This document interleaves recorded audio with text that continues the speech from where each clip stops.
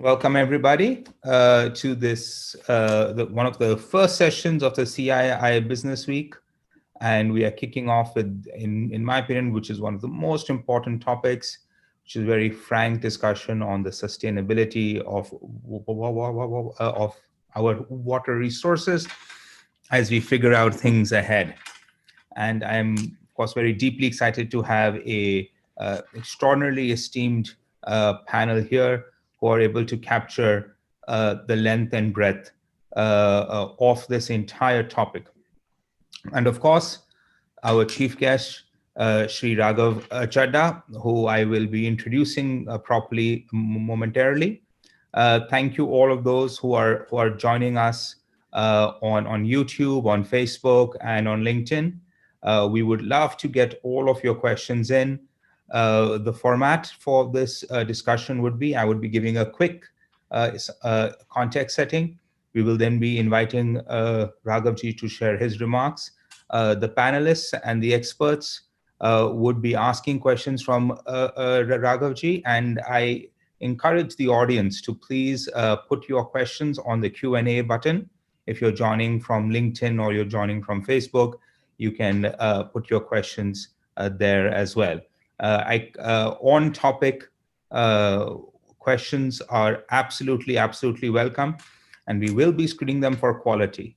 Welcome, Raghavji. I hope everything is now working on your end. Yes, everything is working. Very good morning to you. I was struggling a little bit with the connection because the internet in the office seems to be down today. So that's okay. why Well, I'm glad you could improvise. Yeah. Fantastic. What I'm going to do is give a quick context for everybody and why this session is so important. Water is essential.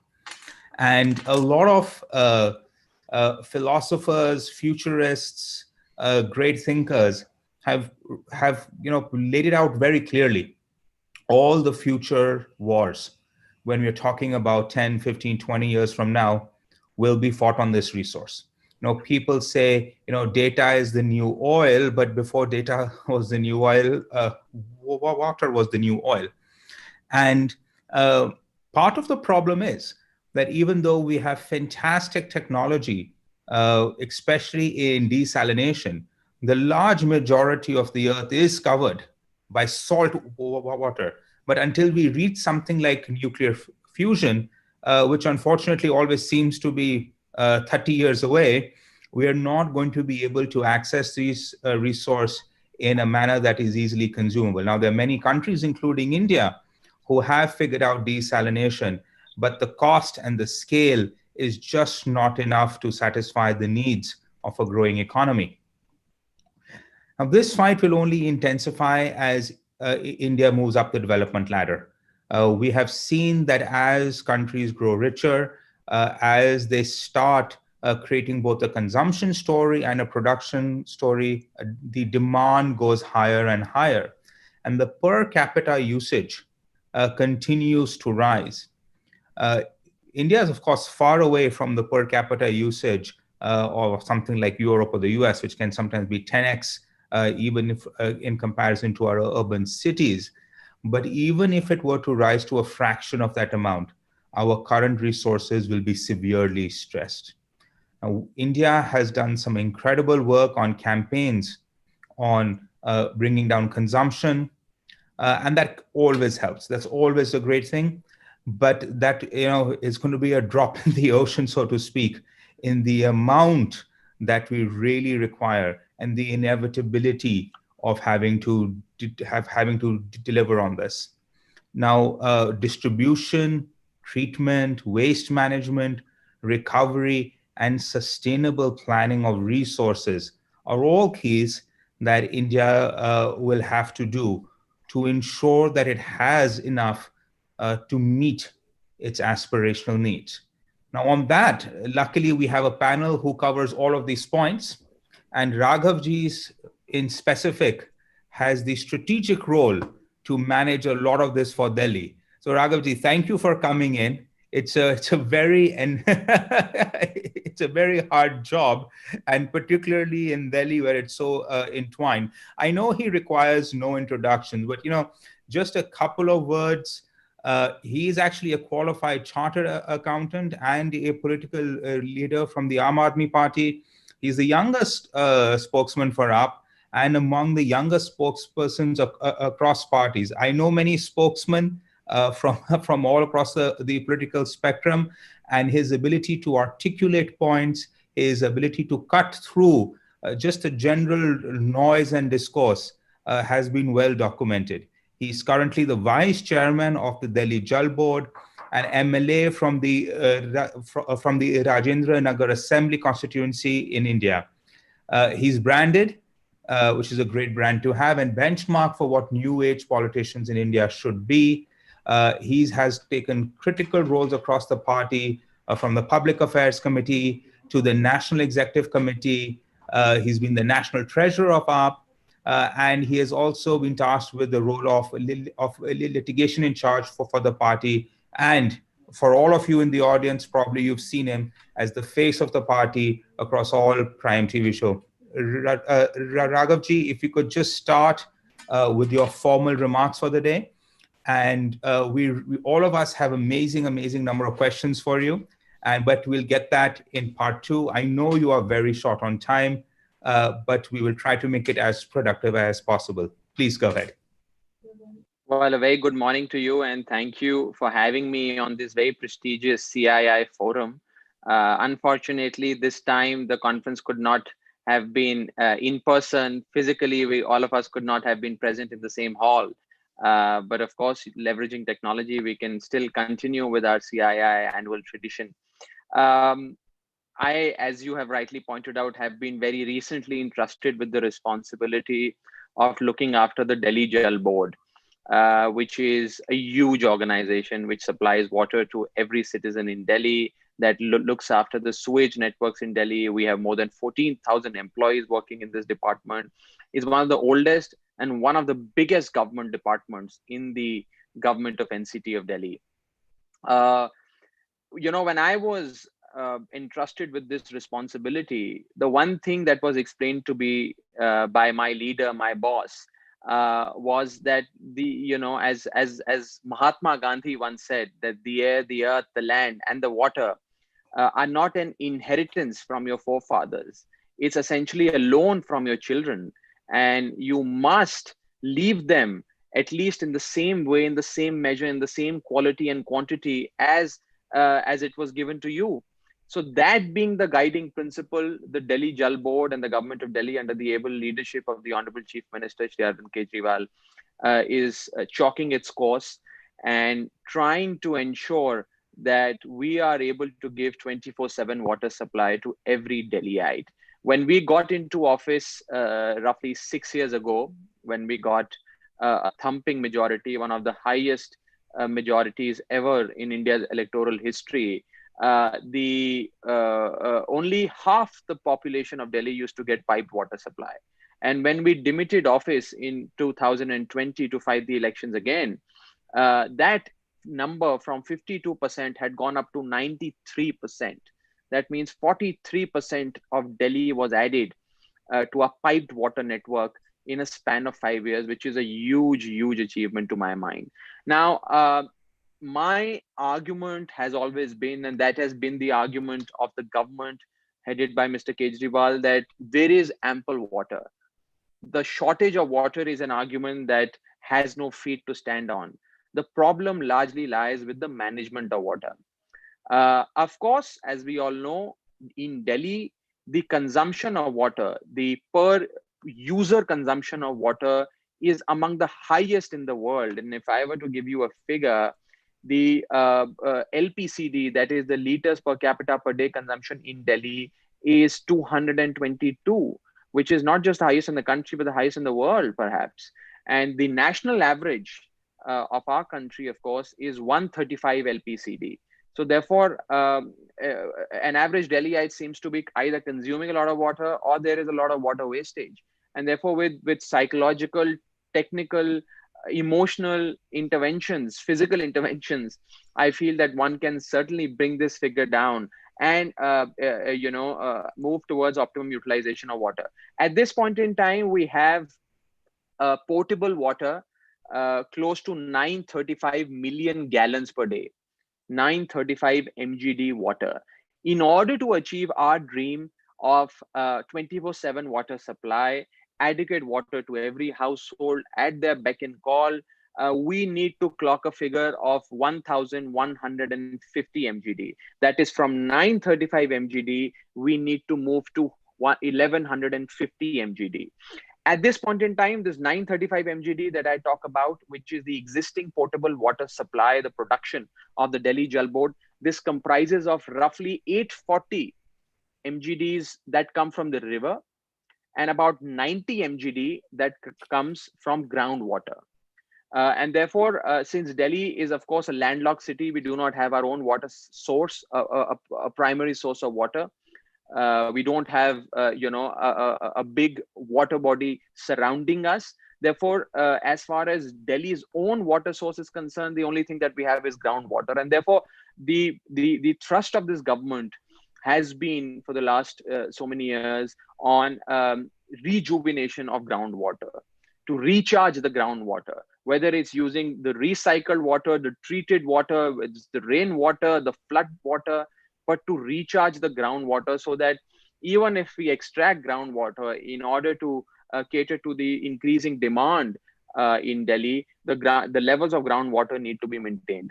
Now, ever since we got into office in the year of 2015, we've been working on this water augmentation plan, as a result of which, as I've said, the pipe water connections have gone up from 52% to 93%. 4-5 things on which this government is bullish on in order to augment water supply. Of course, one is a dialogue which is going on at very advanced stages with neighboring states to get more water. We're trying to strike a commercial deal with them so that Delhi gets more water. I mean, I would refrain from commenting on the states and the names of the states, but we are in active dialogue at a pretty advanced level to get more water from these states. Apart from that, there are floodplains in Delhi. Okhla Kalandi Kunj floodplain being one of the main floodplains where the Delhi Jal Board is looking at a huge plan for groundwater extraction. We have rainy wells across the city, again, which will augment the water supply in Delhi. The Burari Wazirabad groundwater level is extremely high, and therefore it's very, very easy to extract water from the Burari Wazirabad land, and therefore that is also going to play a very key role in augmenting our groundwater supply. Of course, there are issues of contamination. For example, when we talk about the Burari Wazirabad lands, there is a very high level of iron in the quality of water that we extract, largely because of the pollutants coming in from Haryana. So we are leveraging technology in a big way in order to ensure that the contamination is removed and we get pure, clean drinking water once we extract that. Now, as I said, recharging of groundwater has been one of the main objectives or the cornerstones of our policy, as a result of which this government has created reservoirs in floodplains. During the monsoon, there is the levels of Yamuna increase right from the time when Yamuna, right at the very junction where Yamuna enters into Delhi and all across its, downstream. The floodplains are being used as reservoir to store this water, the excess water that we get, and use that, deploy that at the time when the demand in Delhi is at its peak. As far as rainwater harvesting is concerned, the government of Delhi and the Delhi Jal Board is using a carrot and stick policy. We are, of course, incentivizing the use of rainwater harvesting. We are promoting all government buildings, all commercial buildings, etc., to adopt rainwater harvesting, and as a result of which some incentives are given to them in the event that they do not comply with the regulations of the government of Delhi. Of course, we have to resort to the stick policy as well. Now, one of the major challenges that we used to face was that there used to be a lot of pilferage and water losses in Delhi. And that still remains to be the case in some parts. One thing that this government has done is that we have installed flow meters. Now, using flow meters at various locations in Delhi, we can monitor the supply, we can rationalize water supply. And I'm very happy to say that in the first phase, we had envisioned the installation of roughly 3,000 flow meters. I'm happy to say that 90% of flow meters that were envisaged in the first phase have been installed. So more than 2,700 flow meters have been installed, as a result of which the water losses have been reduced from 33% to 6% at the primary UGR level, at the primary underground reservoir level, which is a huge advantage, which is a huge gain. As they say, a penny saved is penny earned, or a drop of water saved is a drop of water earned. And using this water that one has managed to save, we have given water to 1,600 unauthorized colonies that were not in the regulated piped water jurisdiction of the government of Delhi. So more than 1,600 are now receiving water, primarily because we were able to bring down water losses from 33% to 6%. And now we're moving in the third phase, which is the phase of 24/7 water supply, which is our promise, which was our manifesto promise, and which is the dream of the Honorable Chief Minister, to ensure that every Delhiite gets 24/7 clean drinking water. As I've already said at the outset, that the problem lies with management. And if there is adequate infrastructure, sufficient political will, and the administrative ability, I don't see any reason why we will not be able to achieve the 24/7 water supply goal that we've set for ourselves. As far as quality of water is concerned, we have laboratories spread across. You'll be surprised to know that more than 500 samples are picked up on a daily basis from different parts of Delhi of the piped water supply supplied by the Delhi Jal Board, and they're tested. And 99% is the success rate when it comes to measuring the quality of the pipe water supply of the government of Delhi and the Delhi Jal Board. The water treatment plants are being equipped with the latest technology. All sewage treatment plants are also equipped with latest technology in order to ensure that the BOD levels, which, if there is an engineer on the channel, on this panel, would certainly understand. I was very recently introduced to the concept of BOD, since I'm a qualified chartered accountant and not an engineer.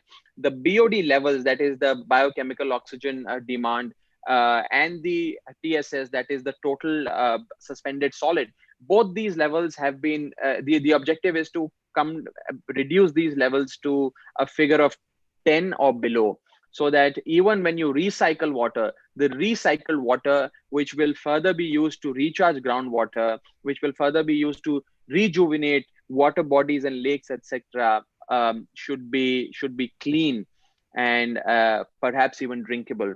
Now, apart from this, as the Honorable Chief Minister has mentioned on several occasions, cleaning the Yamuna is one of the biggest priorities of the government of Delhi. I firmly believe that it is incumbent upon us, all of us, and this generation in particular, to restore the dignity that the pious Yamuna deserves. And we are very hopeful that we'll be able to achieve this in this tenure.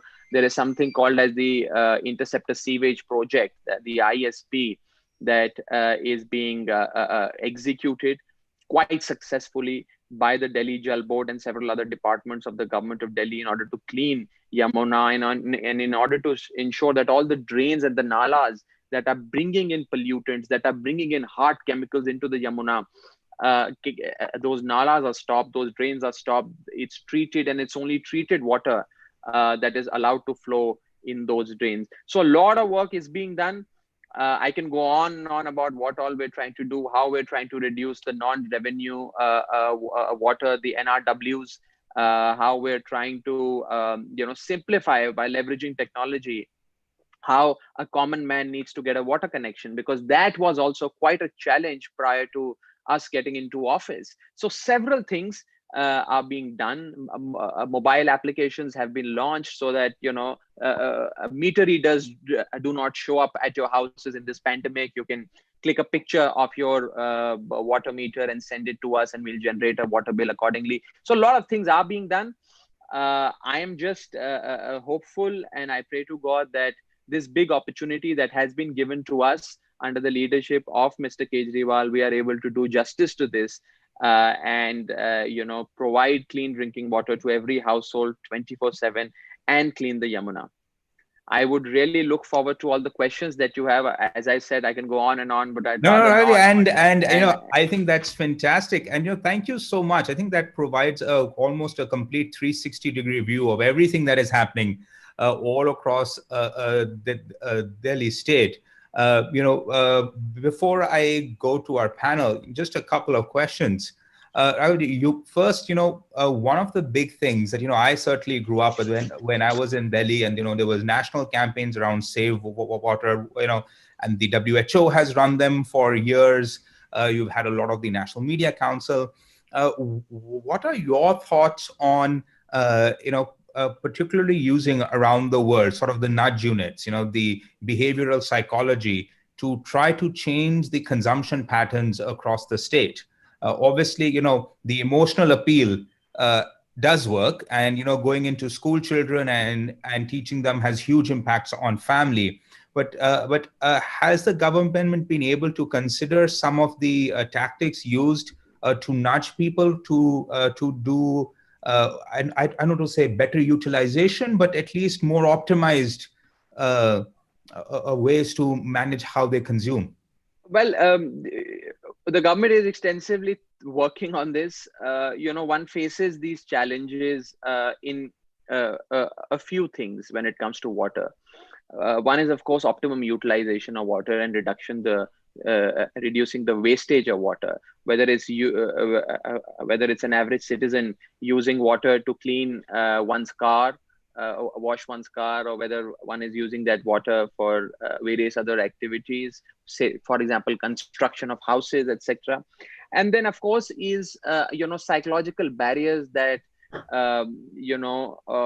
do not permit an average Delhiite to even consider or conceive the idea of using recycled water. When I was studying in England at the London School of Economics, we were told that the water that we drink from a tap in London has already gone through 8 stomachs, and it's the 9th stomach Yes. that is going to enter, because Absolutely. people use recycled water there. And I mean, there are countries and developed economies that sustain on recycled water. So there are psychological barriers and gaps at every level when it comes to consumption of water, and this can only be addressed with awareness campaigns. Ravati, I love this, right? Because a treatment is one of the biggest things out there. How are people not using recycled water? I mean, do they even have an option, or is it more of a political thing? Because as you said, most industrialized countries all across the world, this is standard. They don't even ask you. It's you on the tap. It's clean drinking, a potable water, but it is already recycled multiple times. Where is the psychological barrier? Is it a political issue? Is it a distribution issue? Is it an implementation issue that prevents It's us from neither using? it's neither a political issue, nor a distribution issue, nor a technological issue. The issue is a psychological one, because a large chunk of the population does not even wish to entertain the idea. And with my limited conversations that I've had with several people, do not wish to entertain the idea of using recycled water. And therefore, when I say 935 mgd is the potable water production of Delhi, that 935 mgd is pure raw water, clean water, Right. not the recycled water. It's basic raw water that is treated from at our water treatment plants and supplied to every citizen of Delhi. When we recycle that water, when the wastewater comes into our sewage treatment plants, we generate close to 550 mgd of water, which is the recycled treated water, which then, of course, is now being used to rejuvenate groundwater, to recharge our groundwater supply, so on and so forth. So because of psychological barriers, this water is not being used as it could, as it has been in several parts of this world. And I think this will take a slightly longer duration. One will have to run campaigns. One will have to, Raji, make people. so let me put a fine point, because I have lots of people commenting in on this. Is it just a matter of plugging it in and turning a switch? That's all that's required, or does the board feel that, if they do that, society will protest because they're not psychologically ready to accept that? It's not, I mean, it's not as simple as just switching on and off of a switch. Of Right. course, there'll be some technological interventions that would be required to make the process smooth. But you see, it needs a larger consensus. You can't just, throw something at people without them fully, aware and abreast with the facts of using such a water. So therefore, one has, in the, as I said, that, ever since we've got into office, we're now trying to ensure that the BOD levels and the TSS levels are brought to, close to 10 or probably less than 10. Once that is achieved, of course, we will consider, having a dialogue with people, having a dialogue with the citizens of Delhi, and try and see whether this water can also be used. But at this point in time, it's not that water is being wasted, that's being used to recharge. It's being used to recharge. But Raghavji, from our end in CII, anything we can do to help on this? But many of our members do use industrial water and recycled water on a very regular basis. And anything that any one of us can do to help in this campaign, both as for individual consumption or even for offtake for industrial use, we'd be very, very excited to partner and see if we can do a campaign around this. If I could Absolutely. quickly bring in Mr.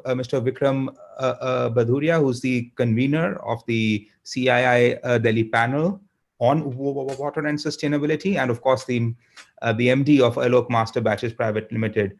Vikramji, your questions for Sri Raghav. Vikramji, you have to unmute yourself. There we go. Good morning, everyone.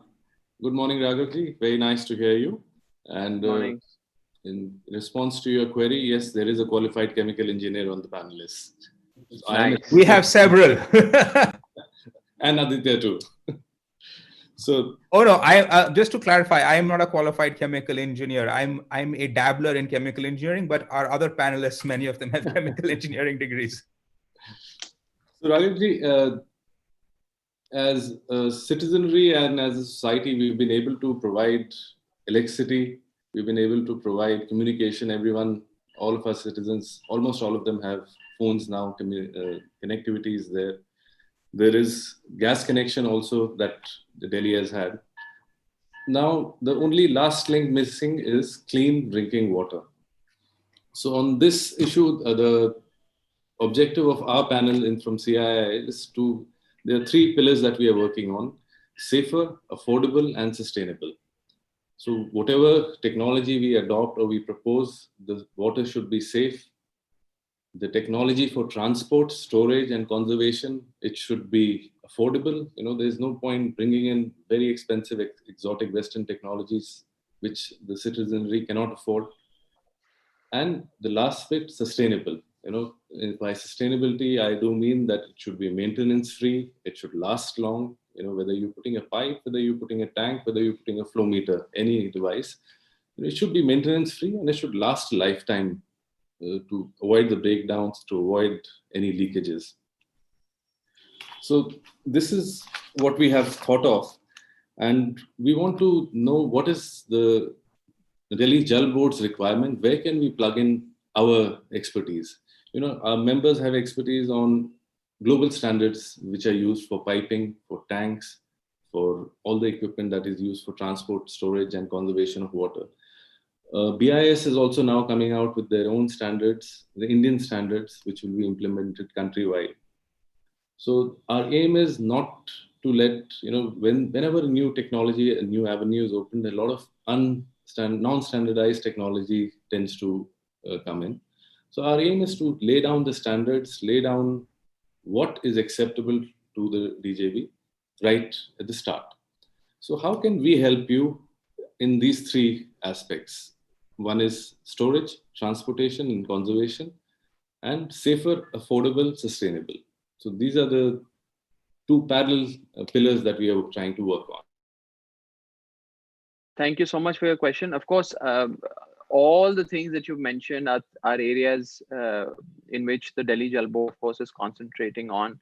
And I mean, we can certainly have an off the camera in-person conversation regarding this. But one thing that we've been doing the last so many weeks and months is that inviting a lot of players from across the country, perhaps even across the globe, to come forward, demonstrate their technology. I mean, I don't hesitate in seeing that the technology that the government of that the Delhi Jal Board and the government of Delhi is using needs serious upgradation in various regard, whether it's our water treatment plants, whether it's our pumping stations, sewage pumping stations, whether it's the way we ply our water tankers, the way the sewage treatment plants work, the way the bore wells, tube wells are being installed, the way we capture excess water in flood frames. All those things require technological interventions, and the technological intervention, of course, will be decided and determined on three parameters that we have rightly pointed out: affordability, safety, and sustainability. We are actively considering various collaborations with several players in the private market to see how we can leverage their experience, their expertise to serve the people of Delhi in a much better way. We can certainly have a slightly, off-camera conversation with certain projects that we have in mind, the things that we are contemplating, including how we're planning to now divide Delhi into a few zones, and then accordingly, the RFP for which is of course live. Accordingly, make a system where the Delhi Jal Board can leverage the private sector in a big way to help us augment our technology and supply water to every household in a much more efficient and an effective manner. Great. Raghavji, absolutely. Thank you for that. And we are going to take you up on that offer. Yes, I think we will be getting in touch with you, Raghavji. The panel would like to meet you sometime, Sure, whether in person or if you're comfortable in person, otherwise through Zoom, electronic media. No, I'm thoroughly exposed. I'm most comfortable. I'm doing Jan Sabhas every day, meeting so many people. So it's fine with me as long as it's fine with you. If I can take 2 more minutes, Aditya, I just want please, Vikramji, go ahead. Chadda's views on another subject. The water tankers that you spoke about. Now, a lot of Delhi is still in unauthorized colonies, in JJ clusters, in slums, and these people are being supplied, these areas are being supplied by the water tankers. But I believe under the new master plan that the government has, we plan to redevelop these areas into proper urban settlements. So what is the role that the DJB is playing in this so that we can foresee and forelay the technology required to provide piped water, clean water, water filtration, water conservation in these areas which are yet to be developed? Well, the approach is very simple, straightforward, and pretty standard in that sense that we are trying to, first of all, assess the feasibility whether water pipelines can be laid in that particular area or not. And when I say feasibility is looked at from several aspects, from a technological aspect to whether there is adequate water in the neighboring area for them to even have pipe water supply. All those things are, of course, first decided, determined. UGRs are built and water pipelines are laid, and of course then pipe connections are given to every household. That has been the modus operandi, and by doing exactly this, in the last 5 years we connected more than 1,600 unauthorized colonies. 1,600 unauthorized colonies in Delhi that did not have piped water supply ever since they were rehabilitated in that area. And when I say ever since, I mean 3 to 5 decades. And it's only in the last 5 years of the Arvind Kejriwal government that they suddenly got water. So therefore, what I'm trying to say is what needs to be demonstrated is political will. There are solutions, there are means, and there is a way of doing this. but all one requires is serious political commitment and the administrative ability, which under the leadership of Mr. Kejriwal we have been able to do. And there are a few more unauthorized colonies that haven't been yet connected, which are we are working very closely on to ensure that even they are connected to the DJB water supply network. Okay. Thank you, Raghavji. Very encouraging words. I hope we see the end of the water tankers very soon and everyone has piped water. Absolutely. Absolutely. I think that's a great ambition. If I could now please invite Shri Kumar Sanjay Sharma. Sir is also the co-convener of the Delhi panel on water and sustainability, and of course, the managing director of Clean for India. Sir, your questions for Raghavji, please. Kumarji, you have to just unmute yourself, please. Please go ahead, sir. Good morning to all. Good morning, Raghavji. Good morning. I don't have any question to ask, but certainly some suggestions I have for improving the water quality, for conserving the water, and for really providing the good quality of water for drinking. One of my suggestions is that during transportation from Haryana and Punjab, the water, lot of quantity of water is absorbed and lot of quantity of water is evaporated. So my suggestion is, or I can ask a question on that, how you are thinking to save that water. My second suggestion is, I have seen that in Delhi Jal Board, alum is being used for the treatment of water. Alum, certainly if excess alum is used, that creates a problem of Parkinson. And then lot of sludge is being generated. And when that sludge is, lot of water is wastage along with that sludge. So if in place of alum, polyelectrolytes are used, then low quantity of the sludge will be reduced and low wastage of the water. I have seen one more problem in Delhi, that sometimes in water is coming from through Yamuna, from Punjab and Haryana. The excess quantity or a large quantity of ammonia is coming along with the water. The water is contaminated with a big, huge quantity of ammonia.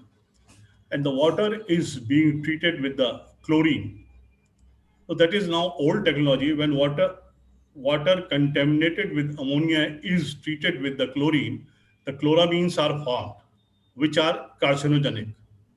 So the not new technology, which is being followed worldwide all over across the globe, that is a treatment by chlorine dioxide. Kumarji, if I may, I know Raghavji is very short of time and he has to run it in 2 minutes. I think we'll take him up on his offer, and our committee can send him very, very point-wise suggestions on this, as well as examples of new technology. I think we'll all be very grateful. If you don't mind, I'd like to go to Mr. Deepak Jain, because I know Raghavji literally has to leave in 2 minutes. I have one more, right, one Kumarji, more suggestion, please. One is that the water used for the construction purpose. How you are thinking to save that water which is being wasted for the construction? That is my question to you. Raghavji, you mentioned construction water. I think Kumarji is asking, is there a policy or a method to reclaim that either by technology or by guidance to construction companies? Well, on both, using technology as well as having an active dialogue with various construction companies and contractors and so on and so forth. That is something that the government is in the process of doing, since we've realized that that is one source of water that is being wasted. And if certain measures are applied, we can save a significant amount of water by supplying treated water to them, which can also be deployed, and clean water can be used for drinking purposes. Apart from this, all of the points that have been mentioned by the previous speaker regarding the use of alum, regarding how ammonia is being treated with chlorine, etc. I mean, these are very valid points. We are cognizant of all these points that he's mentioned. Our engineers and the engineering teams are looking into it. And as I said in my opening remarks, I didn't dilate on it in much detail, but when I said that our water treatment plants are now being equipped with latest technology, I essentially meant to address concerns like these: how the sludge overflows, how ammonia is being treated, the use of chemicals like chlorine, so on and so forth. So latest technologies that are being used across the globe are being adopted at the Delhi Jal Board. And if people are aware, people are associated with CII on this panel who are aware of such technologies, who can help us curate a way in which we can better serve and better run the Delhi Jal Board, we would be more than happy to listen to your ideas and your comments and feedback. Raghavji, you will have a list out. Kumar Sanjay is absolutely fully the expert on this, and we are going to get it out. Mr. Deepak Jain from NEER has a vast history, of course, in master planning, in doing projects on sustainability. Deepak ji, the last question for Mr. Raghav. He does have to run. We are holding on to him as he has to go. Good morning, everybody. Raghavji, I have only one question with you. You have elaborated very well about the water supply to the household and unauthorized colonies. But there is one lacking about water supply to the industrial areas. In Delhi, so many industrial areas are not having regular water supply. Even they had bore wells, but due to certain directions of Honorable NGT and Delhi government, these are going to be sealed. And so many notification has been issued for sealing all the bore wells. So kindly consider all these issues about industrial requirement. And I have suggestion also for that. You can develop a water supply, water withdrawal system in the cluster of industries, within the cluster of industries, and get the water, wastewater within the same industrial cluster and treat it and supply back for secondary use. This is my question as well as suggestion. What is your opinion on that? No, very well noted. I've noted your concern, and you're right that the Honorable NGT has very recently come out with this order that essentially compels government bodies to come and seal several bore wells that have been done across the city, including the ones that are there in industrial areas. I mean, a lot of industrial areas, as you are very well aware, were not fully developed, and they did not have access to pipe water, etc. We have, in our endeavors, also tried to connect them to our pipe water network, or leverage groundwater to supply water in those areas. If there are specific areas where you feel, specific industrial areas where you feel that there is not sufficient water supply, and there's something that needs to be done in particular by the Delhi Jal Board, I'll be more than happy to have a one-on-one with you and discuss that with you. In areas where we do not have piped water supply yet, either the water is supplied to those areas using water tankers, or groundwater is used. So leveraging groundwater has been an area which the government of Delhi has been concentrating on, but keeping the sustainability aspect in mind, one should only leverage that option if we are able to rejuvenate and recharge the groundwater. So, one is trying to strike a very careful balance between these two. And I'll be more than happy to have a off-camera chat with you on some specifics, as you mentioned. One particular issue is about the rainwater harvesting in Delhi. Yeah. According to the topography of Delhi, more than 40% area is on hard rock, where water recharge is very, very difficult. Rather, the design of rainwater harvesting issued by Delhi Jal Board is prone to damage the foundation of the buildings. So my suggestion is, during the rainy season, the rainwater harvesting system should be lined at the bottom, and the pumping system may be developed therein itself, and that can be used for secondary use in the particular building. Sir, आपके लिखकर just write it down and we have will. it We will. sent to me. I was just going to say that consult we my have engineers. a lot of suggestions Sure. and a lot of questions now coming in. We will come with a formal presentation, Raghavji, and I'm sure all the members of the committee would love to follow up this and that. Thank you so much for your time today. I know you have to run, and thank you for staying for asking questions. CII, as you know, Delhi State is one of the largest membership bodies in CII. We have almost 1,000 plus direct and lakhs of indirect members, and huge depth in understanding wastewater treatment technologies all across the country and internationally. And we will coordinate for you for this. Thank you so much, sir. Absolutely. And we will follow up. Thank you so much for having me on this panel. And I would, I really look forward to interacting with each one of you in greater detail and in better times. So looking forward to that interaction. Thank you. Thank you so much.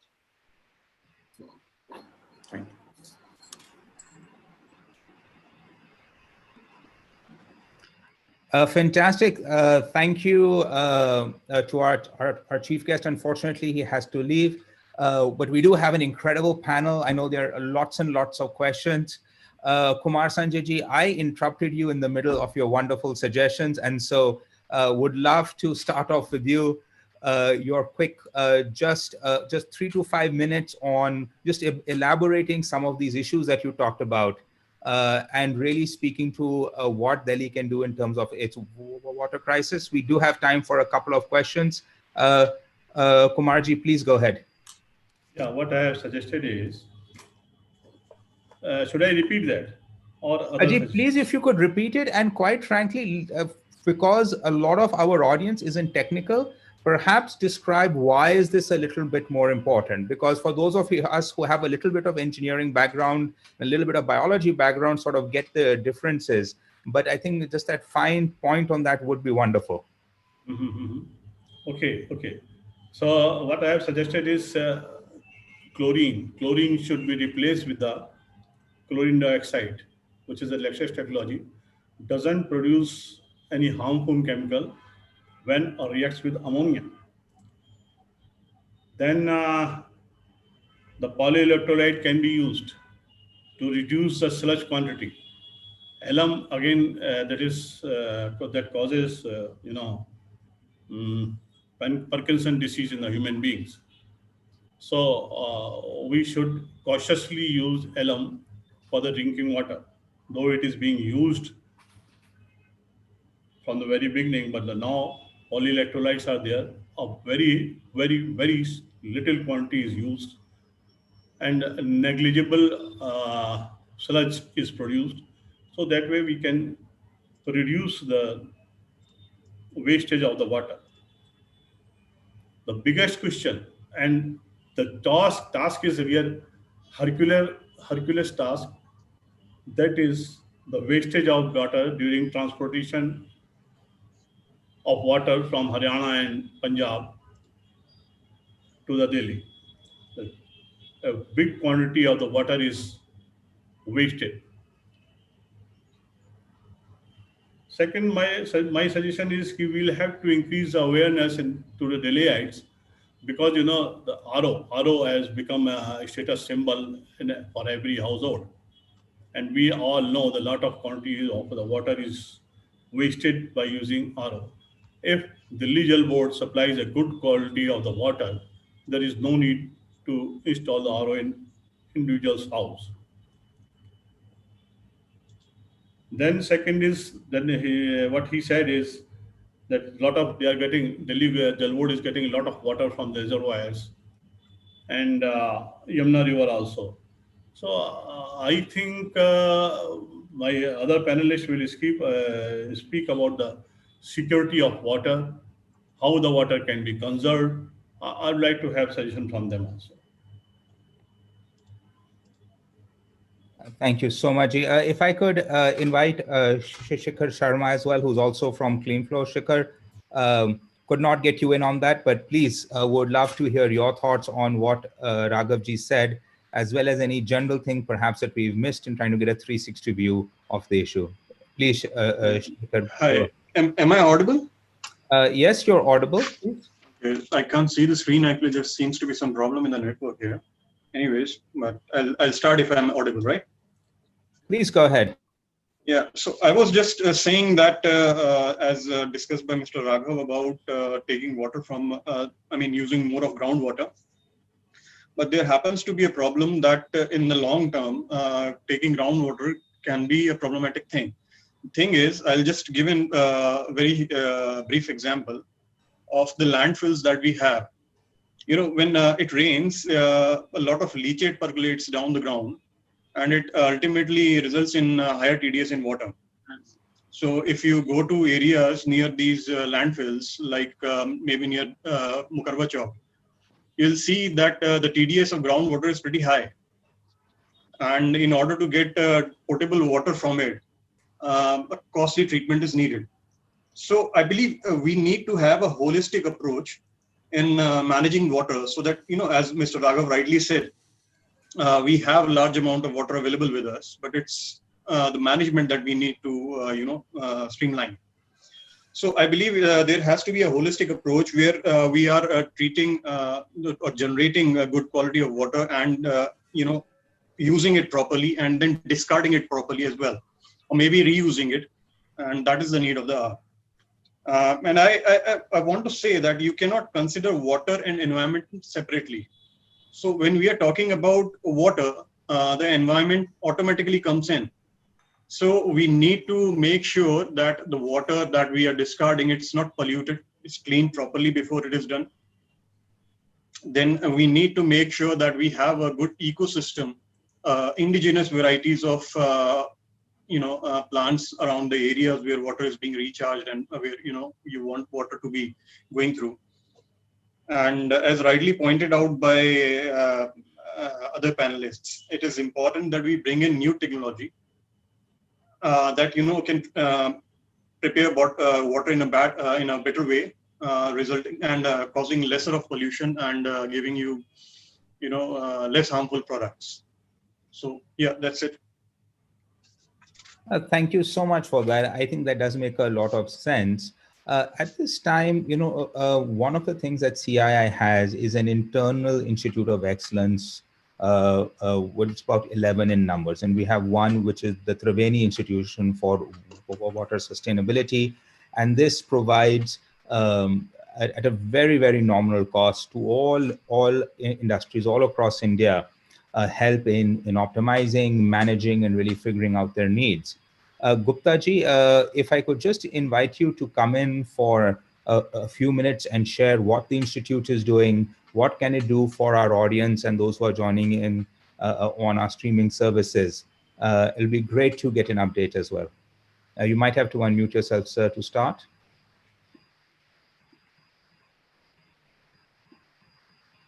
Chairman, am I audible? Now you are. Gupta ji, would you like to share a presentation or? Gupta ji? Thank you, Chairman. Can you hear me? Yes, we can. Please go ahead. Yeah, so I'm not taking much of your time. I put it a couple of slides. So I'll just directly go to the slides.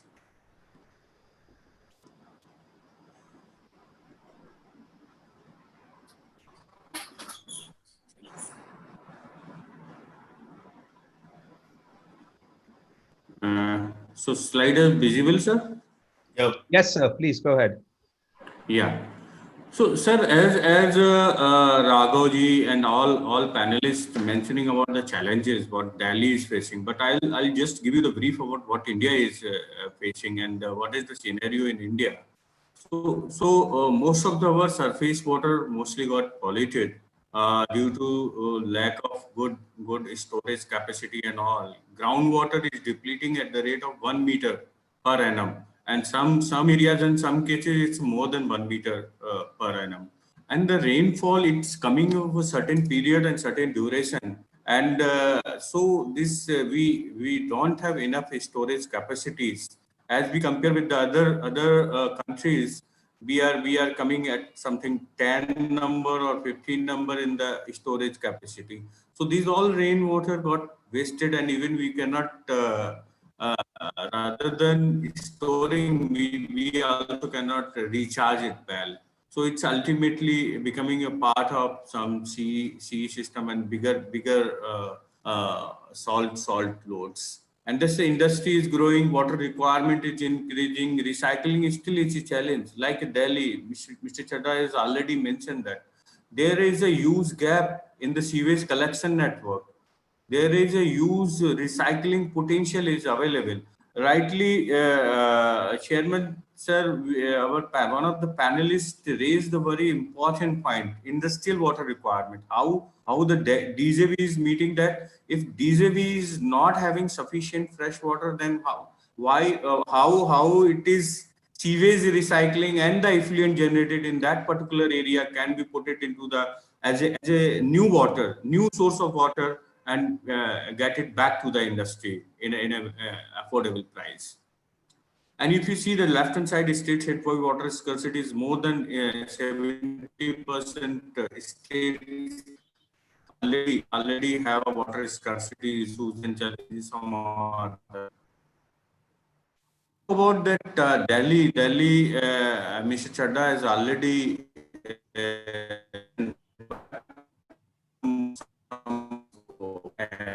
that is having distribution means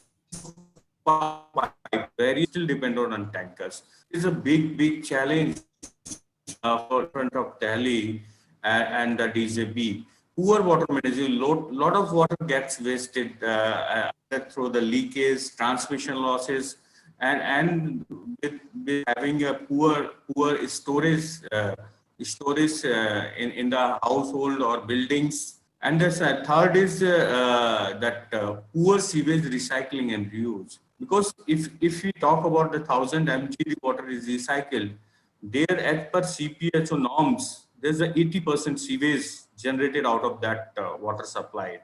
So 80% of 800 mgd water can be put it back for other meaningful applications, not only for the other non-potable uses for industrial activities, gardening, and construction activities. And Sanjay ji, a question many here. things. Raghavji mentioned, that they had been unable to find consensus on using recycled waste water to pump it back into the pipes. Is any state or city in India doing it for human consumption? Yeah, Bangalore is doing, Hyderabad is doing. So they are Bangalore Municipal and Supply and Sewerage Board. They are supplying the treated water to the industries. I have a big example. Only for the industries, but treated water around the world for most major cities anyway is supplied to taps at home. Is Singapore has Singapore, New York, London, everywhere else? Yeah, Israel is doing. Yeah, Israel is doing. Is there any city or state in India which is doing? And what's preventing us? Is it just is it I know given Raghavji's position, he could not comment. But is it a political issue that they are worried there'll be protests, that if suddenly we say that, no, it's a quality. It's a quality. They are unable to treat the yes, water at the level specifications that if it is to be treated at the drinking water level, the people will not have any issue. They will accept it. So essentially, the technology and the wastewater treatment that they're using isn't up to spec. Yes. Fair enough. I think that was one of the big questions that remained. Yes. It seems sort of obvious. Mindset was a blockage earlier, sir. That issues was there, but it's not 100%. It's one of the issue. It can. You can just say that we have the good quality of water. You can just say we have central RO water at the end of the day, rather than in your own house. Yes. Sorry, please go ahead. That was something which was really bugging me. and there's the rejuvenation of the water bodies. So there are around 600 water bodies which needs to be replenished either through the rainwater or through the treated good quality water. here Mr. Raghav has critically mentioned about the quality of the water while recharging. That's very good things. Can I just get Deepak ji in? Deepak ji, you've looked at a lot of master plans for new areas of construction cities, from what I understand. Or, one of a lot of these issues which we are seeing are all historical. Are you seeing new developments planning this as part and a parcel, or that's still not a priority? I mean, we saw what happened to Gurgaon, right? But you see, there are a lot of controversies out of it. One thing, if we calculate our regular requirement, it is more than 50% requirement is on secondary uses, where we can directly utilize the sewage treated water without any sentiments or any emotional values and any resistance. But the question is, up to what extent we are treating, how much honest in our activities. You see, sewage treatment is one issue. We have seen in the field that industries are not properly treating their effluent even. Otherwise, there would not be any pollution out of the industry. But Deepak ji, now most states have gone to electronic monitoring and all of this, but that's only for the big ones, I presume. Then a lot of the Exactly. workshops and the famous Ganga UP, that entire belt of dye. And if you see the reports of CPCB post-pandemic, when all the industries were closed down due to this pandemic, the tributaries of Ganga has tremendous improvement. They have used word tremendous improvement. Yamuna has also improved. Ganga as a whole is improved. Why so? Because most of the small industries are not treating their effluent up to the mark. Number one, they declare less value of water consumption. They install the less capacity treatment system. Rest they discharge directly into the public nalas and rivers. So that is the basic root cause of the pollution. Otherwise, we are taking water and we are supposed to discharge treated wastewater. Then from where pollution comes overpowering the sewage systems because they're getting so much effluent treatment in.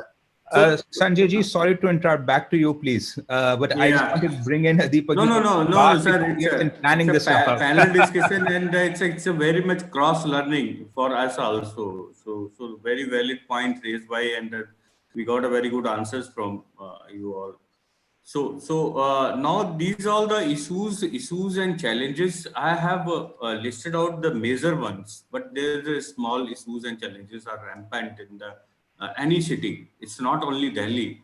Delhi is much better than the others. Nagpur again has a better city model, and a lot of other smart cities, they are doing very good, fantastically in the waterfront. Delhi is extremely doing very good, I would rather say. But we need to do furthermore. So what is the way forward for Delhi actually?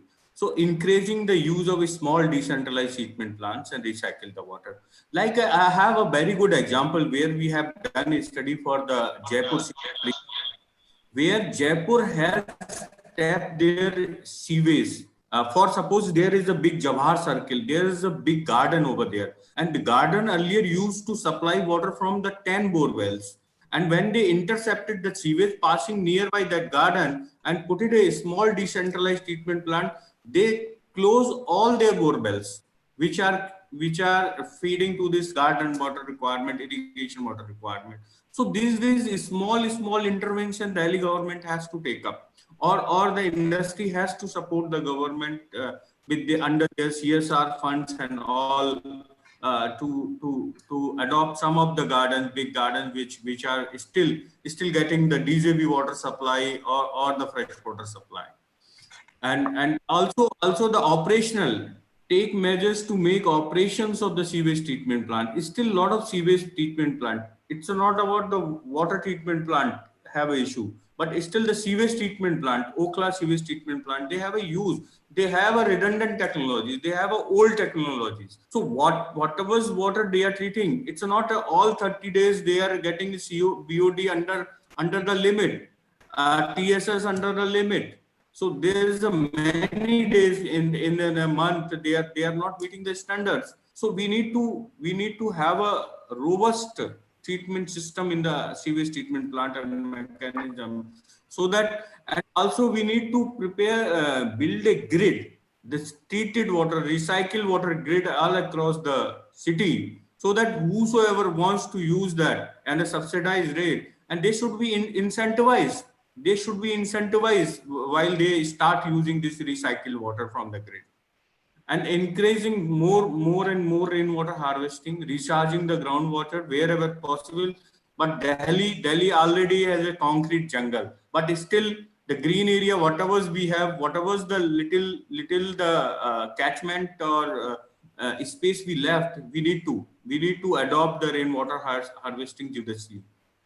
And accurate and strict measures should be taken for proper management of water resources. So there the proper water auditing means, suppose any industry, building or any setup is having consumption of more than 100 KLD, they should go maybe in 2 years one water audit, or 3 years and one compulsory audit they should go.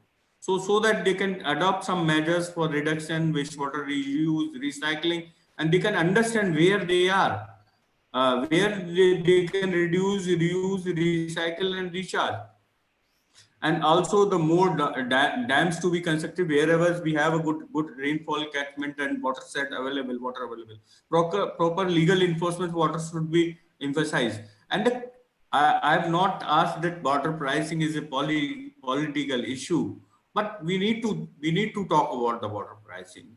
Until unless we not start talking about the water pricing, this issues will not be tackled or handled properly. So there should be not demand side management, instead more should be focused given on the supply side management. So now coming to what CII Water Institute is emphasizing is the need to manage water risk holistically. We need to decide appropriate strategies, solution at meaningful scale, not only at the district level or the state level, but also and if any premises you have, you need to understand the whole water set, where your factory, your plant is situated, where your building or any township is established. So we need to be internally efficient. We need to focus on the water set where we are situated. So this is the one case study we have done for the Jaipur, Faridabad, and Pune, where we have a municipal industry interface. Municipal industry interface is nothing like that. Whatever the effluent generated or sewage generated, that to be treated at a tertiary level, and that to be supplied to the activities for cooling applications. And also we done 22 industry and building audits across, and we prepared a template for all across the city, so that this kind of water balance the industry has to adopt, building has to adopt these kind of small measures they have to adopt to reduce their water consumption. So out of this we achieved per annum, and the cost saving 5 million rupees per annum for particular one city and one geography. As you know that CII is one of the 9 center of excellence of the CII. So this is the CII Water Institute. If you see the broader vision and core purpose is to change the mindset and behavior of the stakeholders. Because in electricity, there's the technology plays a role. Mindset and behavior also plays, but the technology plays a major role. Here, technology also plays a role, but mindset and behavior plays a bigger role. If you are not mindset and behavior is not like that to reuse or recycle, use the sewage recycle, then the technology will not work. So the mindset and behavior, if we are putting a right faucet and fixtures, and if the tap leaking. If the workers not alarming the well, then no use. The top management cannot do. So everybody in down the line has to take a responsibility, for this to conserve this water. So we have a 4 verticals, which chiefly I am representing advisory services, which chiefly do water auditing, water pinch studies, water smart rating, feasibility studies, and zero liquid discharge study for the industry. And another vertical project and policy advocacy, where we have a art of the state of the art tool, WaterScan. We can scan all the water set wherever you are, and we can know the water set sightings. We can tell the do the drought proofing. We have done this study for the Gurgaon flood, and where we have suggested very good measures to the Gurgaon authorities. And the third is training, education, and capacity building. Fourth in events and conferences, as you all aware about that. We are connecting between the government and industry. So if I talk about the key benefit of this water auditing is, it will help us in reduction of the water usage. It helps in reducing the pollution load. It will give you the opportunities for reuse and recycling, and it also give us the chance to evaluate our performance of the utilities and the treatment system. And then ultimately the regulatory compliance for the discharge norms and meeting all the things. You see that so last 10 years we have conducted 250 plus water audit across the India, and if you see the scale of the means water audit we have done, the left hand side, if you see the small and medium sized company which have a water consumption 580 meter cube per day, where we identified the potential water saving in the tune of 415 meter cube per day. And then the monetary term saving is 6 lakhs rupees per annum. And the right hand side, if you see the large scale public sector undertaking, they consume 8,000 meter cube per hour, and where we have identified water saving 5,000 meter cube per hour. And the monetary savings in terms of 6 lakh rupees per day. So now during this pandemic time, we come across that, because in water audit we go physically to the plants. So now we realize that during COVID-19 we are not maintaining the social distancing, and a lot of industries, they are not allowing due to some government protocols to their factory premises. And it's all waiting times for first to get it done, the COVID-19 test, and then you will quarantine. So it's all taking a lot of time to conduct these studies. So data analytics give us the new opportunity. So here the data, whatever is the data available in the public domain, secondary data, or whatever is the primary data available with the industries, we have a very good software and tools where we can do the descriptive analytics and we can do diagnostic analysis of that particular data. And then we'll come out with some predictive analytics, patterns recognitions, probabilities, forecasting, and finally the prescriptive analysis, where we can give you the optimized systems for decision making. So keeping this data analytics in mind, we have come out with the very unique services is remote water audit and data analytics. It's a purely digital services, no physical interface, no traveling, no logistics required. Our team will work from remotely through this various platform, through Zoom calls, through MS Team calls, Cisco Webex, and they will gather all the relevant information and data, secondary and primary, and they will do the analysis. They will suggest very good schemes for the water conservations. So this is the one study we have conducted during this pandemic period, COVID-19, through remote water audit in an engineering industry, where we identified 39% water saving potentials. It's a huge water saving potential we have identified.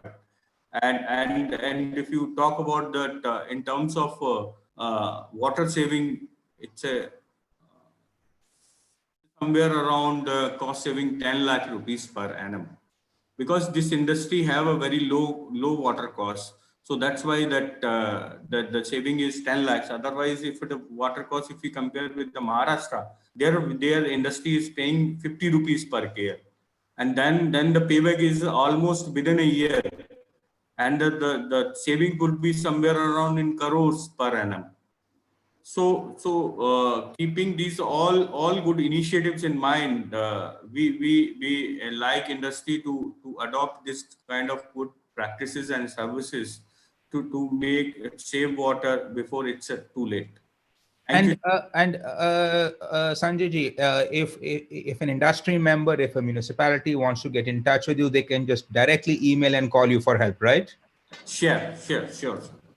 So I have one suggestion to Mr. Deepak ji, Sanjay. please, and if you can just stop the screen share there, I will. We can see Deepak ji up front.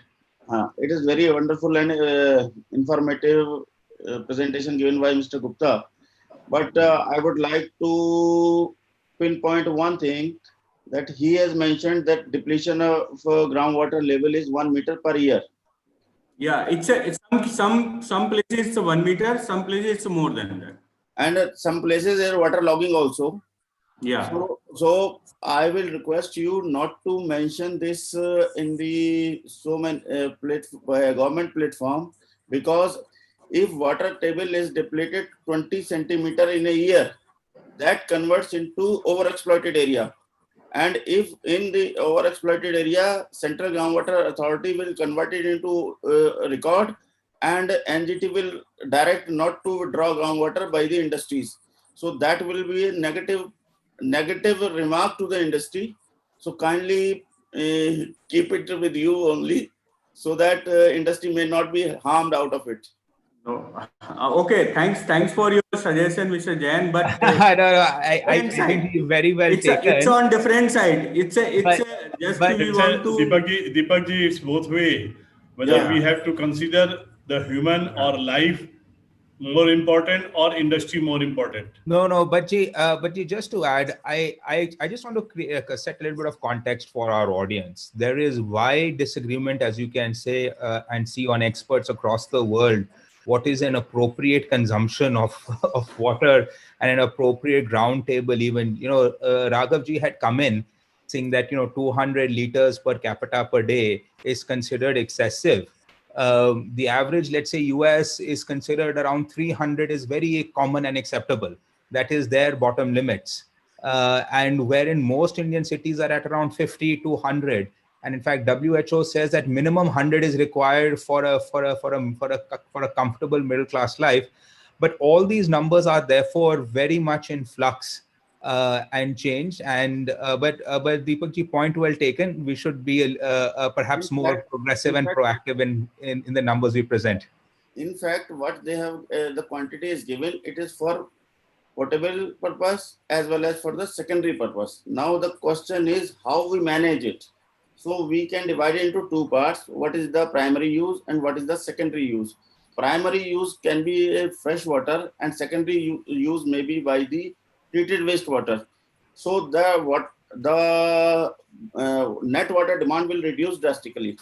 Deepak ji, I am fully with you on this, but I'm going to open up this a couple of questions we have. We have lots of questions from the audience, and we're going to try to rapid fire through them very quickly. One of the biggest questions which we've been discussing, and I love to get in Vikram ji and then perhaps a couple of other panelists who want to sort of add into this. In all this discussion, right, we've seen two things that have come up, and there are about 3-4 questions. I'm going to try to combine them into one. Is that on one hand, we are saying, look, we have a huge a crisis of water availability, distribution, this, that, etc. And industry in many states is begging for water and saying, look, it's been diverted off to, to give free to the farmers and who are not using it effectively, because free water means they can throw it around, or it's a political issue in high urban clusters.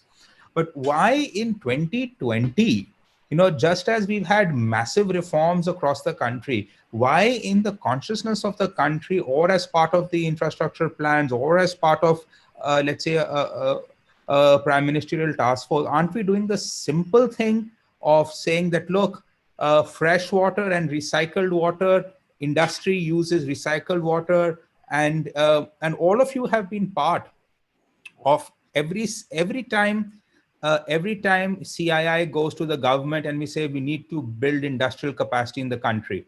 The number one suggestion that comes, and I must admit from CII also, but from everybody, let's build a cluster.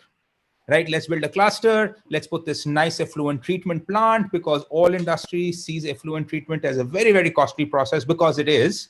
And that central effluent plant and utilities is what the entire industry would build around. Why isn't there a national conversation around having segregated recycled water that can be used for secondary uses? Kamalji, who's in the audience, sir, thank you so much, who's a leading light in sustainability and conservation for CII for many years. He shares an example where in Lutyens, Delhi, they already have this for all the gardening needs, where there is a secondary source of water coming in. Vikramji, to start with, what has prevented India, after so much development, to do a simple thing of having a primary pipe and a secondary pipe? So, Aditya, I'll say that from the conversation we had with Raghavji in the morning, one thing that strikes me is that there's no shortage of water. The resource is available at the input stage, but at the output stage, we are not able to provide the resource to the citizenry and the industry. So the management in the middle, as Raghavji said, that someone has to really take it up by the collar and pull this up. Now, if you remember, if we go back 2 decades, how the road network of the country was, and then the 2.5 decades, and then the Golden Quadrilateral scheme came out, and how the highways were built. So it needs political will and participation from us also. These are simple things that can be done, and they have been done within the country. In Tamil Nadu, if you see, there was a very big push for water conservation. But Vikramji, is it because there is not enough awareness? Is it because this is not a large issue? Because I mean, all of us suffer under the water every day, right? You know, turning on your tap, not getting water, getting water. It's a hot button political issue. Why can't the government, instead of as Raghavji said, taking that massive amount of recycled water and using it to recharge the groundwater reservoirs, just create a quick pumping and piping network all across the state and clearly label it as a secondary use? Yes, that's a good idea if they can do it. For industry, for construction, if I need to use water in the machines, I really don't have that mental block. How many stomachs has that water been through? And but you have to see that the old structure, as it comes down, there are a lot of vested interests also. Water supply in municipal areas through tankers, through alternate means, is a very big business. Oftentimes, politicians and the political parties are involved in this distribution network. So I think we are coming to this, right? It's not just a technology infrastructure issue; it's a political, social structure too. Shikhar, you had your hand raised. Please, your thoughts on this. I was talking about the point you raised. Actually, I believe a decentralized wastewater treatment is what we are talking about, and it is something which we almost most of the people look up to. But what we need to consider here is the capital investments. If I'm constructing my house, whether I'll be ready to put up a separate plant for treatment, I'll just give you a small example. Maybe a small industrialist, he wants to save that cost. So that I believe is the issue, and I've practically seen in the field where we have wastewater treatment plants and they are deliberately not operated. So yeah, then another thing from the government point of view, I believe, is difficulty in monitoring. There'll be a large number of treatment systems that you'll have to monitor, because obviously. So you're an expert on this. So this is what one of the questions which we had for Raghavji, which we didn't get time for. He talked about flow meters. He talked about this new age distribution infrastructure. Around the world, the cost of just putting data loggers on this thing has collapsed. Gone are the days when each flow meter used to cost 2 to 3 lakh rupees just to have a sensoring system there. Now, even if you're now with either an M2M technology, which uses SIM cards, or just by a drive-by RFID metering, which is now standard all across the world, that cost has dropped to a very marginal amount. Why aren't more people, why isn't the government really investing in this technology? See, Aditya, I believe there are two aspects when we talk about water. One is the quantity and other is quality. Here, the point that you have raised is more about the quantity. And yes, the costs have come down and you can implement it very smoothly. The other point is quality. There is a need to bring down the cost of the instruments that can provide you the quality parameters. So that is one thing. Implementation, as I was talking, is another point in this regard. And as we were discussing earlier, maybe you can use recycled water in industry. That further treatment would be required in that case, because it can surely damage the equipments, which are really costly. So in every way, if you see, there comes the cost factor. Now, if you're talking about... Shikhar, now this is where I'm getting technical for the audience, and I am not a chemical engineer, despite Vikramji's lovely endorsement.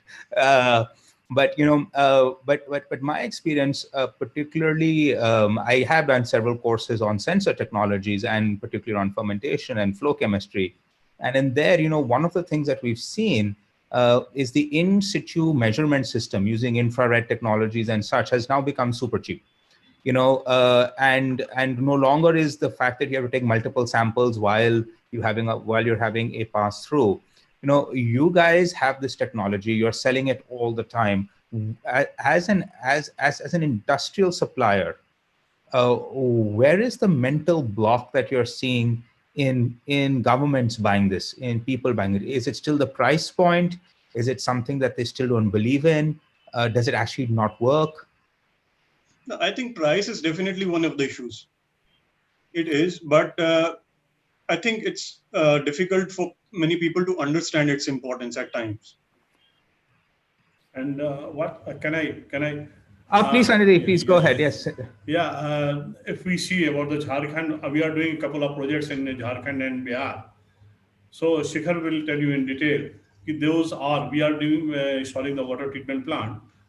All are connected with a SIM, and the quality and the quantity of water is being monitored on a very, very, very nominal cost. Shikhar, can you tell that about that? Brief about that. And Shikhar, if you could just maybe give our audience a little bit of understanding of the cost, because what is very interesting to me as well is that Delhi went mad on air pollution, right? And rightly so, right? Yes. Everybody started installing pollution detectors all across the city. Huge criticism was that, quite frankly, Delhi is less polluted than some of the neighboring cities, but we have so many measurement devices all across the city. Websites where you could go neighborhood by neighborhood by neighborhood and see live what's the quality of air. What would it cost to put a similar system if a large number of daylight says, look, I want a system which I can install in my society, which can connect to a SIM card, which can put online and show what is the quality that is coming to me live. Would love to get your thoughts on this, since you've just done this live project. Mr. Aditya, I think it becomes costly if I talk about installing it on a personal level at maybe our home. How costly, Shikhar? Just give us a ballpark. Everybody. WHO defines Shikhar's commitment to sell us this product at this cost. It's just a ballpark. Installation, training, support, AMC, all of that comes later. It's like there are like more than 180 parameters when we talk about drinking water itself. So you can imagine the cost, even if it costs you 100 rupees, if you're talking about 180 parameters, you can do the multiplications, and it goes likewise. But Shikhar, again, and this is something which I want to pinpoint, because this is one thing in 2020. Are we there yet? Are we able to put, like you said, online water treatment, SIM card connected? You have sensors that are measuring live the quality of water, right? If you were to take that same sensor system and putting into a housing society's main supply, approximately ballpark, what do you think the cost would be? Well, I'll have to work on that. I'm sorry, I don't have that data right now. Sanjay ji, your thoughts? Yeah. How much would that cost? See, what we are doing is what government is, not we, the government is doing, they are just analyzing the water and they see what are the harmful elements available in the water, what are the harmful impurities are there. Then they install the sensor for particular that element or particular that impurity. Suppose in a certain Highly area. customized for the industry we are talking about, right? This industry produces this sort of pollutant. So we are not measuring the actual quality all across. We are only measuring what this industry produces. Yeah, exactly. Sanjay ji, your thoughts on this? If we were to try to, let's say a colony in Delhi decides to get together and sponsor a live water testing quality system, GSM connected and all, how much do you think it will cost? Sorry, it's a question to me or to Mr. Sanjay Gupta? Mr. Sanjay Gupta ji, since since they have been doing a lot of this consulting work as well. So if I put it in a different way, it's a WHO or BIS as giving some water quality parameters. If we go for all parameters, then maybe it's somewhere, some labs are charging 5,000 rupees, some labs are charging 10,000 rupees. But what is the critical parameter one household has to measure? If we boils down to that point, then maybe it is couple of 100 rupees or 200 rupees. If you want to measure the pathogens, E. coli, and then there's a vials are coming 40 rupees, 30 rupees.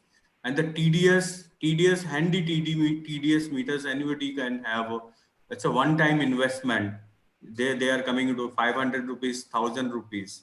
And you can do the lot of TDS testing. But Gupta ji, what again you're saying still is an old style system where you're taking a sample, and then you're running through a lab test, right? Is it possible to install, like we have air meters? Yes, like yes, it is there. To install. There are equipments. And what's the cost of that? Deepak ji. It depends upon parameter, as Mr. Sharma rightly said. And most of the industry has installed and linked with the Central Pollution Control Board. So that in industries, it costs around 15 lakhs to 20 lakhs or say 30 lakhs, depend upon parameters. And for these domestic waste, there will be 4 to 5 parameter, it will be around 2 lakhs. So if we install any, as you asked the question, that if we install a system out of a society by which online monitoring system can be displayed, so that will cost around between 2 lakhs to 3 lakhs only. So fantastic. So somewhere between 2 to 15 lakh to have a proper in situ monitoring system. So as Shishikar mentioned, as Kumarji mentioned, this is not cheap. We are not talking about a small, a startup who's come out with a 50,000 or 20,000 rupee device that everybody can put in their tap. It requires a significant investment in infrastructure all across the city, correct? I would like to add something here, because we are a business person. If the system, the people shows their interest to install these systems independently, certainly we can work on a cheaper cost, and certainly we can go for that. I think now one of the issues that a question mark that has come up, and we should have asked Raghavji as well. Periodically we see on the news that in MCD they keep getting their pipes crossed between sewage and water, and there's this mixing that keeps happening, which is why a lot of people then end up having to use RO. How common is it now? And have you seen anything that's happening at an implementation level in Delhi for preventing this beyond the testing part, which we've covered right now? Sorry, it's a question to me. To any of the panelists who would like to know how common can you repeat your question, please? We hear multiple news stories from the MCD where they have said that, look, sometimes the sewage pipelines and the potable water supply get mixed, right? And this, old piping, badly designed connectivity, distribution issues, etc., and which leads to a lot of drop in trust. I mean, if you go to most developed countries around the world, 40, 50 years ago, they had drinking tap water. India in 2020, we still don't trust the tap water because of these issues. How much of an issue is this in 2020?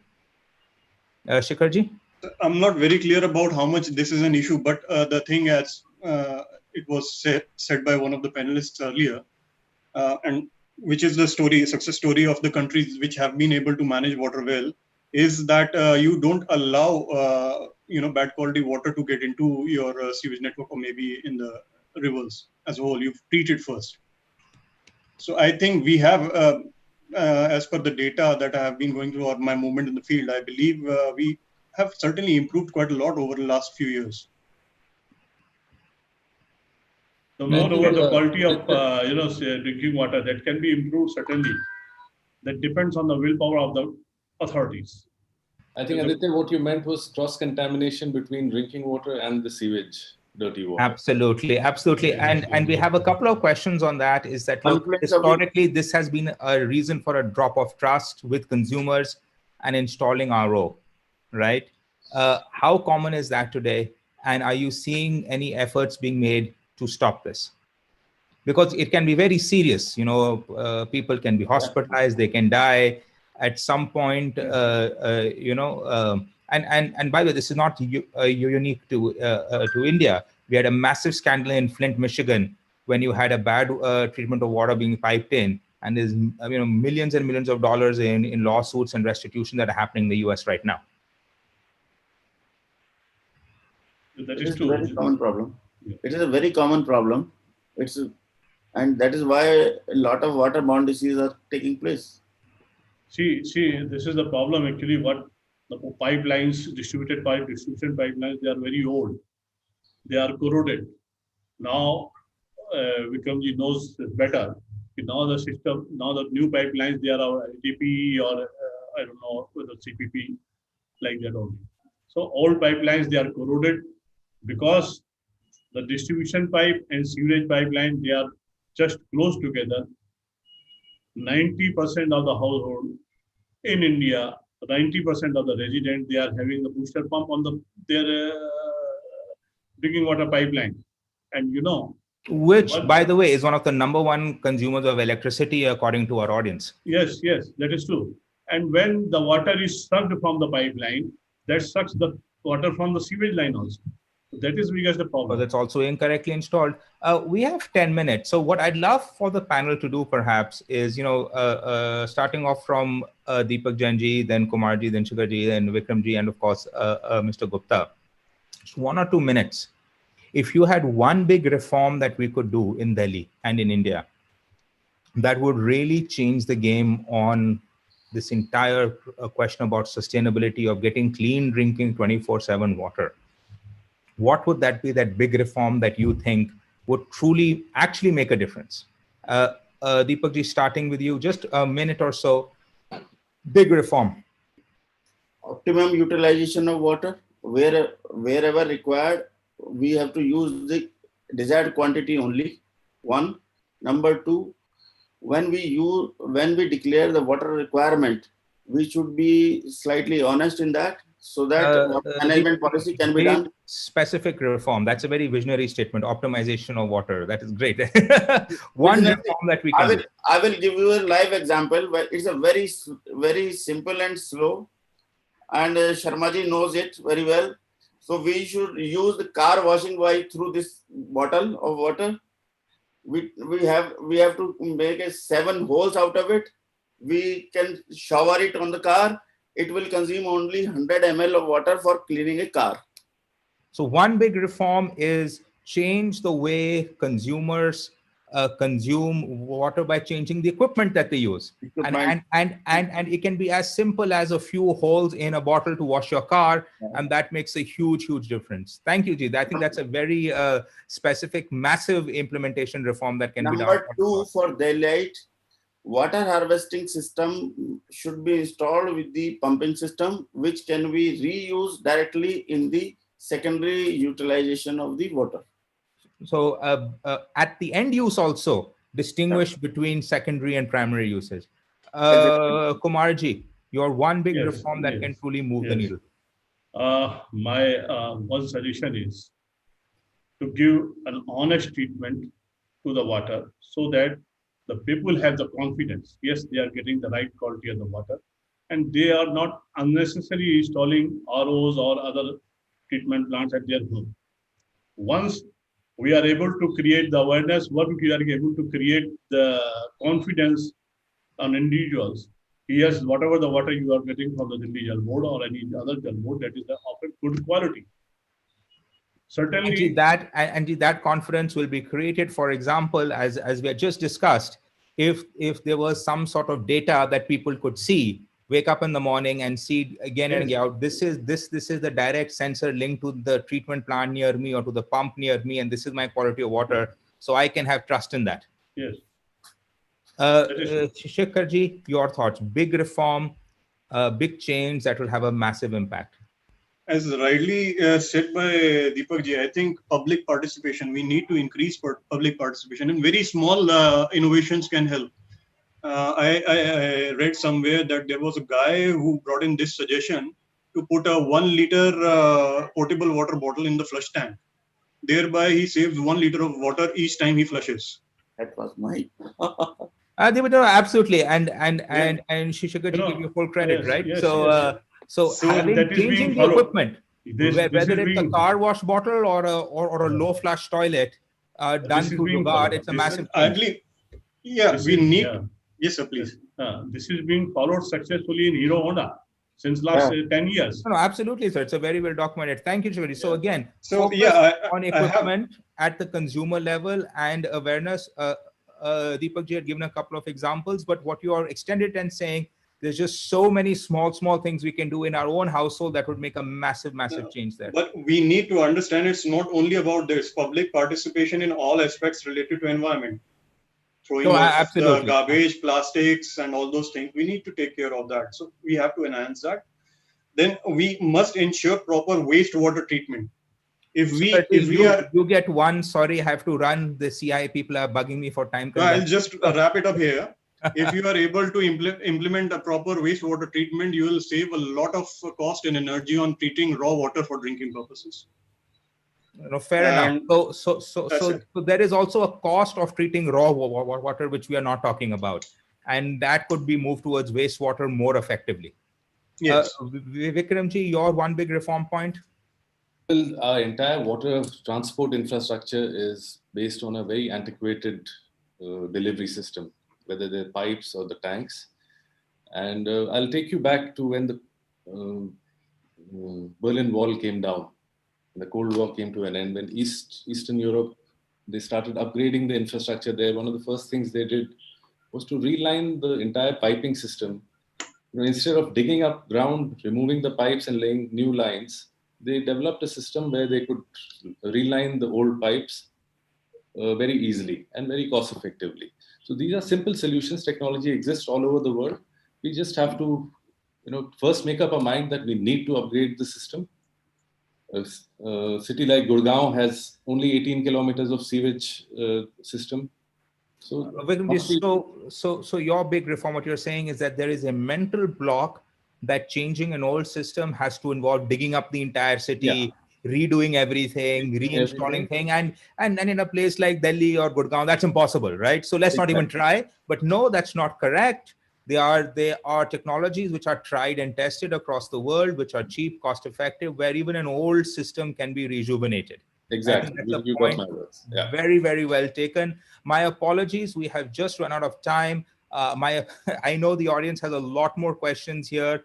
I really wish we could have had Raghavji stayed throughout. I think we could have done a seminar just with him and audience questions. A lot of people are facing water problems all across the city, and they really want to know how can they be involved in saving it. But I am, so grateful for this panel. They're absolute experts on this. They are seeing it day in, day out. They are in the field implementing it. Thank you so much, sirs, for sparing your time to talk to us on this really important issue. For anybody in the audience who needs help with anything they're facing, I would really recommend, please reach out to our panelists, reach out to CI. We will put them in touch there. And I think together, this is something we can all get together and ensure that apart from air waste management, having clean drinking water and having secondary water for industrial uses is one of the key elements to transforming India, and particularly after COVID-19, meeting the aspirations of our country. I want to also thank our sponsors, Clean Flow, Lokmaster Batches, NEAR, and our magazine partners, the Water Digest and the WD News. Without our sponsors, we can't make these happen. My gratitude to them, and thank you so much to our audience for sparing your time, both in live in person on Zoom, but also on LinkedIn, on Facebook, on YouTube. We know you have a lot of options for your time on learning, and we are very glad you chose us today. Thank you, everybody, and please have a great afternoon, and look forward to seeing you in the next section. Thank you. Thank you. Thank you.